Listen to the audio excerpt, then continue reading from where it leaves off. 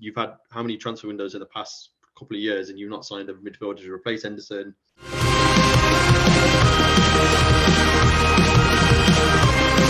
Realistically speaking, where's it gone wrong for Liverpool? Where's it gone wrong for Jurgen Klopp? Because for me personally, when I've seen it, he still hasn't replaced Wijnaldum. They're playing more technical football than energetic rock and roll football, which is what won them the league in the first place. We spoke about how Bellingham was going to be the man to go to Liverpool potentially a couple of weeks ago as well. He still could in the summer, but they need a couple, like 3-4 midfielders, I would say, to actually replenish this quality that they've lacked with Wijnaldum leaving, Mane leaving. Firmino kind of past his best now as well. Yeah, I agree. I think there's a lot of.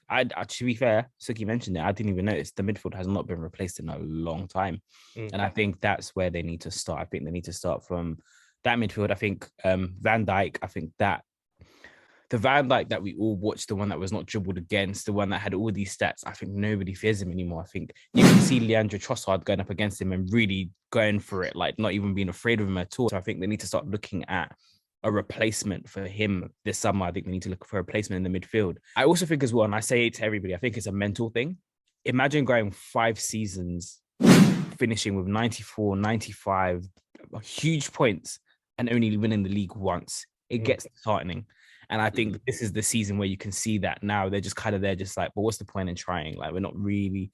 We haven't won anything. Yeah, we haven't really done anything in the last 4 years. And I remember I said it last season. I think we had a podcast about it. And I was like, there needs to be an inquiry into Klopp if there's not enough title this season, because then this is 5 seasons. I think Liverpool have only won 3 titles: 1 Carabao Cup, 1 Champions League, and 1 Premier League, with one FA Cup as well. 1 FA Cup, arguably the best Liverpool team we've seen in years. There's definitely an issue there. And I think for a lot of players, they wanted the big cups and they just weren't getting them enough because Man City were just that dominant. Real Madrid were just that dominant. It wasn't so easy for them to pick up those cups as they thought it would be. And I think as well, you're seeing a turn in the Premier League where I think in past years, teams used to go to Liverpool and be like, oh no, we don't want to attack here. But now it's like, meh, if we lose, we lose. If we don't, we don't. And teams are, like I said, Brighton's going for it. Newcastle's going for it. Even you're seeing Leeds United. There's so many teams that are just going for it now, and I think Liverpool are just not used to that at the moment. This Liverpool side is not used to it. They're used to teams just standing off and being allowed to play, and they're not anymore. Because I remember even watching against the Arsenal after the Arsenal game, they all were just Van Dijk came out and was just like, we weren't expecting that. Because I think the expectation was, Arsenal, we played Arsenal. Yeah, fair enough. This Arsenal's new and improved, but it's going to sit back against us. And it was like, wait, hang on a minute. They're scoring and they're actually attacking. And so, yeah, I think a lot's happening over at Liverpool, and there's going to be a lot of change over the next season or two. For me personally, Jurgen Klopp is the best thing that's ever happened to Liverpool in the Premier League era. I think it's absolutely amazing what he's done to rejuvenise that mid-table Liverpool side, Europa League Liverpool side, to the team that they are now, to being worth probably £3-4 billion, being looked at by new investors as well. He has been let down by this model, this FSG model of not being able to sign players. Me personally, if he had an owner like Todd Bowley buying whatever play he wants for the club, he would still be in that top 4 in that title race as well, because he has new mentality, has new blood coming in as well. But it's not the case. It really isn't the case. And I'm really happy to see Liverpool fail and mess up week by week. It's great to see.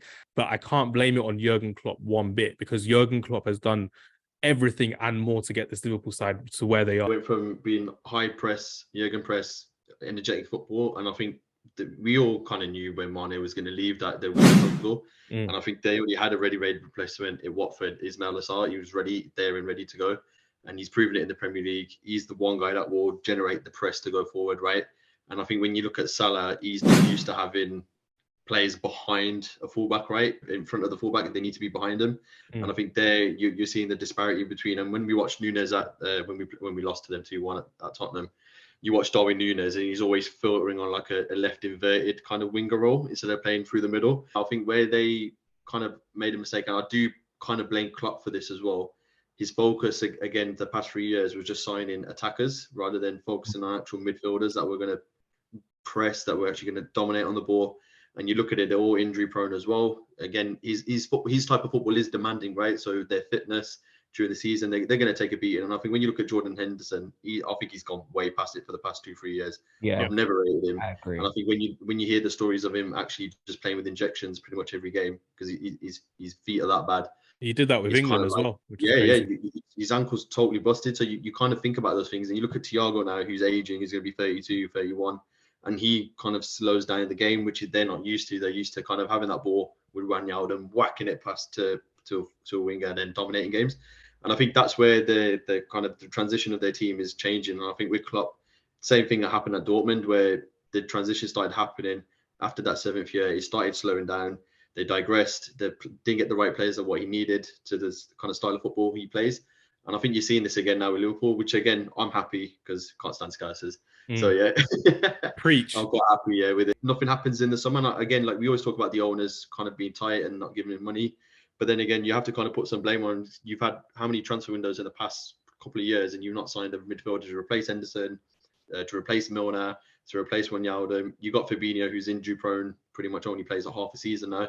So you're stuck with kind of not deadwood players, but you're just stuck with players that are just not really 100%. They're always at 70 or say 60%. And I think we're going to see the issue where Liverpool will drop off from that kind of, again, that kind of top 6, or if you want to say top 7 now with Newcastle. And I think that's where Chelsea might come into kind of pushing in, because they'll still sign players regardless. They'll always keep signing players. Yeah.